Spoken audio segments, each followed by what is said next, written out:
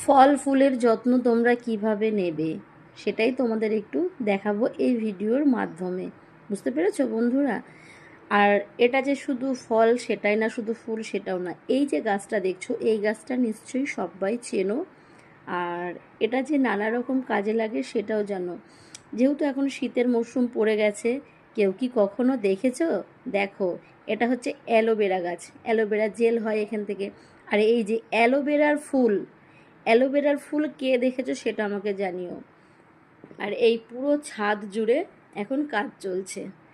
এখন শীতের মরশুম, তাই সবজি লাগানোর প্রস্তুতি চলছে। আর দেখো তুমি বলছি সরি, তোমরা দেখো বন্ধুরা, এই যে পুরো লাউ গাছটা, এই লাউয়ের ছবি কিন্তু তোমাদের আমি এর আগেও দিয়েছি তো সে সময় হয়তো আমি ভিডিওটা করিনি, দেওয়া হয়নি।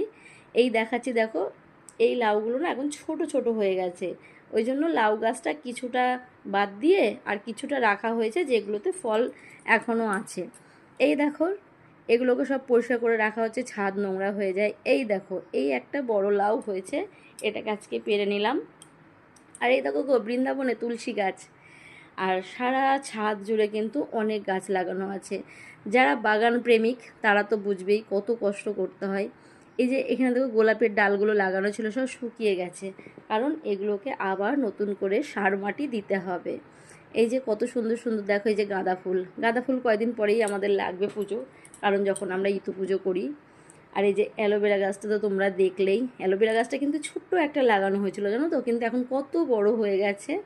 এই দেখো, এটা হচ্ছে আনাজ গাছ, আনাজ মানে সিম গাছ। আর এটা লঙ্কা গাছ। এ দেখো কাঠগোলাপ গাছটা না যখন ফুল হয় অনেক সুন্দর ফুল হয়, আর অনেক ঝাঁকড়া ঝাঁকড়া বড় বড়ও হয়। এ দেখো এই গাছগুলো না, টবগুলো সব, যে গাছগুলো সব শুকিয়ে গেছিলো ওগুলোকে বাদ দিয়ে টবগুলোকে আবার নতুন করে রাখা হয়েছে, জানো তো বন্ধুরা। এ দেখো একটা ঢ্যাঁড়স ধরে রয়েছে, আর বাকি ঢ্যাঁড়সগুলো তুলে নেওয়া হয়েছে। আর এই দিকটায় দেখো কত রকমের ফুল গাছ কিন্তু লাগানো হয়। ঢ্যাঁড়সের ফুলটা দেখো কি মিষ্টি লাগছে না দেখতে, আমার তো খুবই ভালো লাগে। আর বাগান প্রেমিক লোকেদের তো ভালো লাগবে, এটাও তো তোমরা জানোই। এ দেখো, এটা একটা সাদা ফুল গাছ। আর এই যে লঙ্কা গাছটা দেখেছো, স্বাদের লঙ্কা, স্বাদের লাউ সবই আছে আমার বাগানে। কার কার লাগবে এসে নিয়ে যেও, সেটা আর বলা লাগবে না। দিদির বাড়ি মনে করে সবাই চলে আসবে। গাছগুলো দেখো বন্ধুরা কিভাবে শুকিয়ে গেছে। ওই দেখো কোনায় কিন্তু লাউটা তুলে রাখা আছে। তুলসী গাছটা তো জল দেওয়া হচ্ছে না, শুকিয়ে গেছে। এখানেও অনেক রকমের ফুল হয়। আবার এই যে দেখো, দেখতে পাচ্ছ তো, একদম নিচতলা থেকে কিন্তু নীলকণ্ঠ ফুল গাছটা উঠেছে। নীলকণ্ঠ ফুল গাছটা কিন্তু